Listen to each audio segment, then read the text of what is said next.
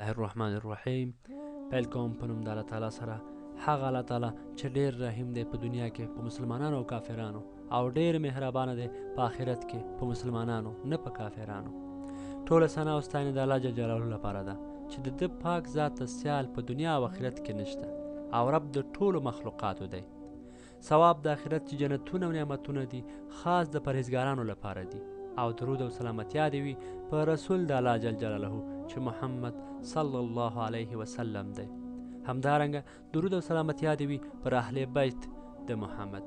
درود او سلامتیا دې وي پر هغو کسانو چې د محمد صلی الله علیه وسلم سره یې خبرې کړې وي، او درود او سلامتیا دې وي پر هغو ټولو ذکر شوو باندې.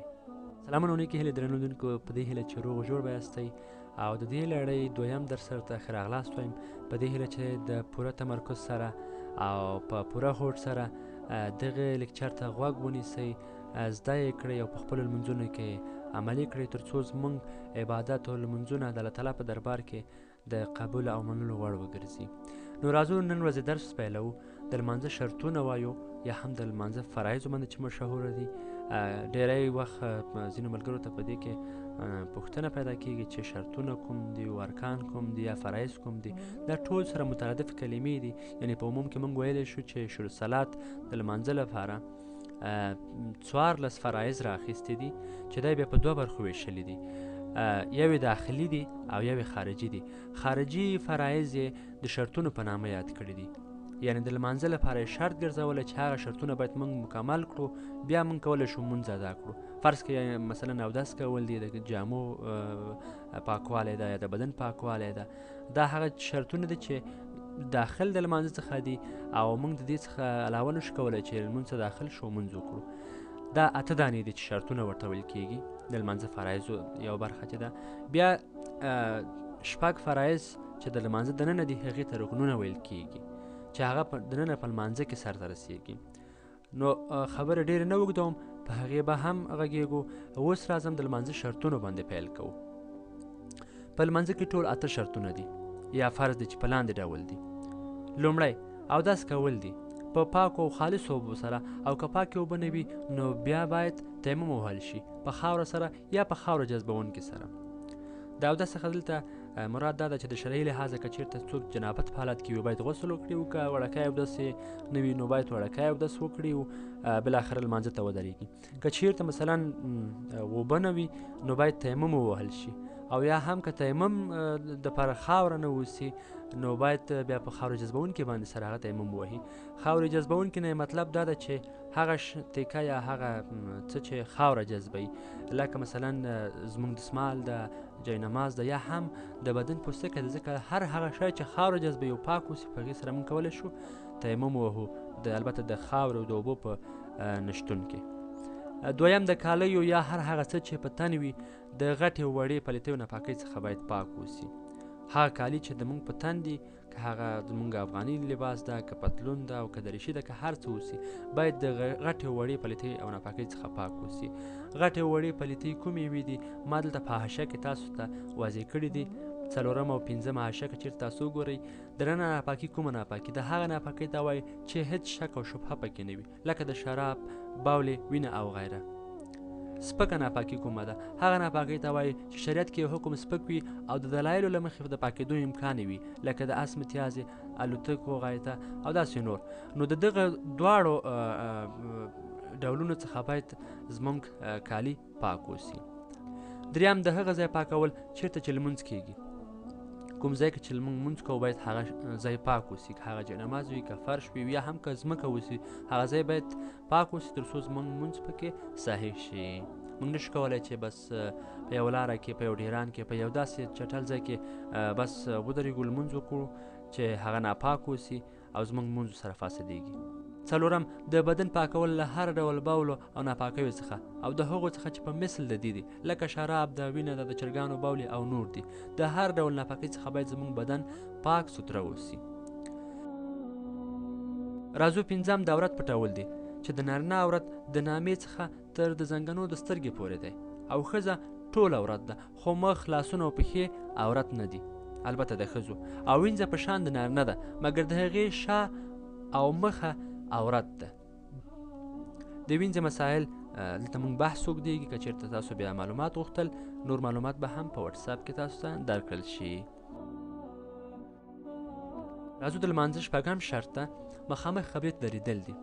کله هم چې موږ لمانځه ته درېږو باید مخ مو قبلې طرف ته اوسي. هم نیت کول د لمانځه لپاره دي. نیت مهمه ده، که هغه په خوله باندې اوسي یا هم په زړه باندې اوسي. خو ځینې علما وایي چې خپله اودس کول د لمانځه لپاره یو نیت ده. اتم د لمانځه د وختونو پیژندل دي. کله هم چې موږ لمانځه ته درېږو باید وخت مو دقیق اوسي. هغه وختونه چې مثلا لمونځ پکې رواوي او د همغه مشخص لمونځ وخت اوسي. اوس نشو کولی موږ د سهار لمونځ په غرمه کې وکړو، د غرمې لمونځ په سهار کې وکړو. د هر لمانځه لپاره وخت مهمه ده او مشخص ده. باید په ټاکلي او معین وخت کې موږ خپل لمونځ سرته ورسوو. نو دغه اته چې وه دا د لمانځه شرطونه وه. البته هغه فرایض چې خارج د لمانځه څخه دي چې دا باید موږ په نظر کې ونیسو تر څو زموږ لمونځ صحیح وشي. هر کله چې د دغه اته شرطونو څخه یو پاتې شي نو لمونځ نه کیږي، که په سهو سره وي یا په قصد سره وي. راځو اوس دویم ته د لمانځه رکنونه وایو.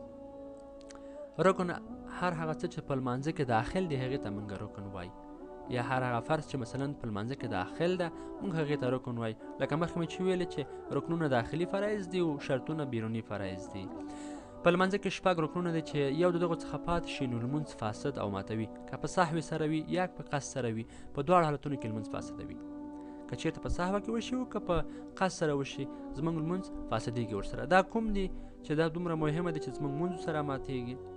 راځو لومړی تکبیر تحریمه یا شروع کوونکی تکبیر ده. تکبیر تحریمه هغه تکبیر ده چې په هغې سره موږ لمونځ ته داخلیږو، تحریم کیږو، یعنی د بیرونه کارونو هر څخه څنګه موږ منع کیږو او بالاخره رسما لمونځ ته موږ داخلیږو. هغه لومړی شروع کیدونکی رکن چې په لمانځه کې داخل ده هغه تکبیر تحریمه ده، یعنی الله اکبر یا د دې مترادف کلمې که موږ وایي هغه ټول د لمانځه لومړی رکن کې راځي او تکبیر تحریمه ورته ویل کیږي. دویم قیام یا ولاړه ده. که څوک عذر ونه لري نو فرض ده چې په ولاړې لمونځ وکړي.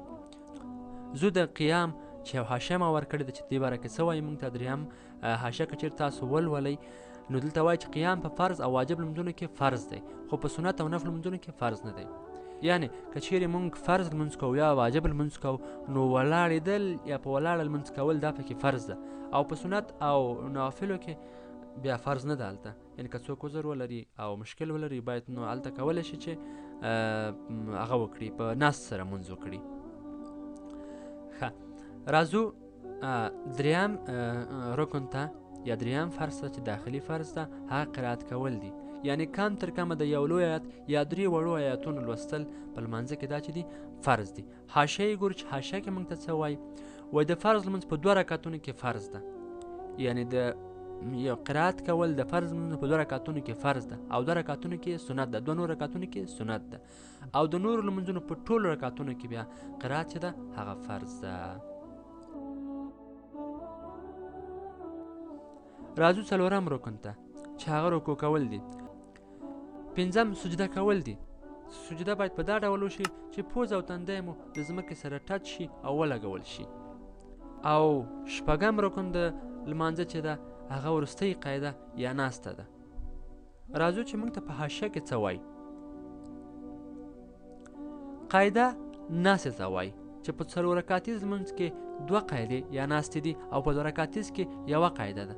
یعنی کله چې موږ 4 رکعته لمونځ کوو 2 قاعدې لري. څه معنی؟ کله چې 2 رکعته موږ تکمیل کړو اتحیات ته چې کینو دا لومړۍ قاعده شوه، او کله چې بیا 3م رکعت وکړو بالاخره 4م رکعت څخه وروسته بیا اتحیات وایو دا 2مه قاعده یا ناسته ده. نو هر کله چې د دغو شپږو ارکانو څخه یو پاتې شي نو لمونځ فاسدېږي، بیرته به له سره څخه لمونځ راګرځوئ، بله هېڅ چاره نه لري. نو دا وه د لمانځه لپاره 14 فرایض چې 8 خارجي و 6 داخلي و. راځو د لمانځه واجباتو ته. د لمانځه واجبات. په لمانځه کې د واجبات څخه مراد هغه ضروري خبرې دي چې ادا کول یې په لمانځه کې لازم او ضروري دي. که چېرته یو له دغو څخه په ناپوهۍ یا سهوه کې پاتې شي د سهو سجده په کولو سره لمونځ صحیح کیږي، او که په قصد سره یې پرېږدئ نو سجده در باندې نه لازمیږي، خو لمونځ کې نقصان راځي نو له سره به لمونځ راګرځوي. په لمانځه کې موږ 2 واجبات لرو. که چیرې مثلا دا په سهوه کې پاتې کولی شو د سجدې په کولو سره یې بیرته هغه جبران کړو. او که چېرته په قصد سره څوک یو واجب پرېږدي نو هغه لمونځ د نقصان راځي، پکې هغه فاسدېږي، باید بیا د سره لمونځ وکړي. دا واجبات کوم دي دلته به یې لاندې ولولو. لومړی د فاتحې یا الحمدلله ویل د فرض لمونځ په 2 رکعتونو کې او د نورو ټولو لمونځونو په ټولو رکعتونو کې واجب ده. لومړی کوم واجب چې موږ په لمانځه کې لرو هغه د فاتحې ویل دي چې په فرض لمونځ کې په 2 رکعتونو کې چې واجب ده او په نورو 2 رکعتونو کې سنت ده. او خو غیر له فرض څخه په نورو ټولو لمونځونو کې چې د فاتحې ویل هغه واجب دي. دویم اوله ناسته یا اوله قاعده واجب ده. که چېرته موږ مثلا 4 رکعتیز لمونځ ولرو نو اوله ناسته چې کومه موږ کوو هغه واجب ده. که چېرته اوله ناسته در څخه پاتې شي نو کولی شئ تاسو یې په دویمه ناسته کې د سجد سهو په کولو سره هغه بیرته جبران کړئ او خپل لمونځ مو صحیح کړئ. که چېرته د اتحیات ویل په آخره ناسته کې یا په دویمه قاعده کې در څخه پاتې شي تاسو کولی شئ هغه د سجد سهو په کولو سره بیرته جبران کړئ. څلورم په جهر یا زوره ویل د قرائت د امام لپاره په هغو لمونځونو کې چې په جهر سره وي. پنځم په کراره ویل د قرائت د امام لپاره په هغو لمونځونو کې چې په کراره سره وي. څلورم پنځم رکن دواړه د جماعت لمونځونو لپاره دی، یعنی د امام ته راجع کیږي. هغه لمونځونه لکه د سهار، ماښام او ماسخوتن چې په جهر سره دي باید په جهر سره وویل شي، او هغه لمونځونه چې لکه د ماسپښین او مازدیګر چې په خفیه سره دي یا په کرار ویل کیږي هغه باید په کرار وویل شي. که چېرته هغه چې په جهر ویل کیږي په خفیه وویل شي یا په خفیه ویل کېږي په جهر وویل شي نو د موږ باندې سجده سهو لازمیږي او کولی شو په دې سجده سهو په کولو سره هغه بیرته جبران کړو. شپږم د قنوت دعا ویل په وتر لمونځ کې دي. کله چې ماسخوتن کې موږ 3 رکعته وتر لمونځ کوو د قنوت دعا چې ویل کېږي هغه واجب ده. که چیرې هغه زموږ له یاده څخه ووځي نو کولی شو د سجدې سهو په کولو سره هغه موږ بیرته جبران کړو. اووم واجب چې ده هغه تعدیل الارکان ده. تعدیل الارکان څه ته وایي؟ یعنې سجده، رکوع او نور ارکان په پوره اطمینان یا په ښه شان سره ادا کول دې ته تعدیل الارکان وایي. ډېری ملګري به مو لیدلي وي چې مونځ ډېر په حول او په منډه سره کوي. سجده په دا ډول کوي لکه هغه یو مرغۍ چې په اوبو کې یا په خړو کې ټونګه وهي. همدارنګه رکوع هېڅ سمه سر ته نه رسوي، یا هم که رکوع ته لاړ شي راسن سجدې ته ځي بیرته تسمې ته نه راجګېږي چې تر څو دی بیرته ودرېږي. نو د ټولو رکنونو په پوره اطمینان سره او په ښه شان سره ادا کول دا هم واجب دي. دا و د لمانځه واجبات چې که چېرته مثلا په سهو سره د چا څخه دا سر ته ورسي کولی شي د سجدې سهو په کولو سره هغه بیرته جبران کړي. او که چېرته په قصد سره وي نو مونځ یې فاسد کېږي او بیا به د سره لمونځ کوي. سجده سهو به څرنګه کوئ؟ دارنګه چې کله مو مونځ خلاص شو آخري قاعدې ته کېناستللی هر غلطي چې درڅخه شوي اوسي په دغه 7 ارکانو کې چې هر شی درڅخه پاتې شوي اوسي نو تاسو به چې کوئ کله چې دویمې قاعدې ته کېناستئ یا آخري قاعدې ته کېناستئ اتحیات مو چې خلاص کړه یا تشهد مو چې خلاص کړه نو تاسو به درود نه شروع کوئ. یو اړخ ته به سلام ګرځوئ او 2 سجدې به کوئ. کله سجده وکړه بیرته به پورته کېږئ او بیا به تشهد و همدا رقم ته درود و دعا کوئ او بیا به سلام ګرځوئ. په دغه ډول سره ستاسو هغه غلطي هغه کموالی چې په لمانځه کې راغلی هغه جبران کېږي. نو دا و د نن ورځ درس په دې هیله چې سر مو خلاص شوی وي او خپلې حافظې ته مو سپارلی اوسي. کوشش وکړئ چې دا همدغه نن څخه چې هر لمونځ کوئ دا پکې عملي کړئ. کله چې لمانځه ته درېږئ هر رکن چې ته ادا کوئ فکر ورته وکړئ چې زه اوس فرض ادا کوم که زه اوس واجب ادا کوم. هر شی باید تاسو وپېژنئ نو هغه ده چې تاسو لمونځ کیفیت پیدا کوي. د نن ورځ دپاره همدومره بس ده چې ډېر درس اوږد نه شي. د سبا لپاره به انشاءالله د لمانځه سنتونه همدارنګه بیا مستحبات وایو. نو تر بیا ښې چارې الله مو مل شه.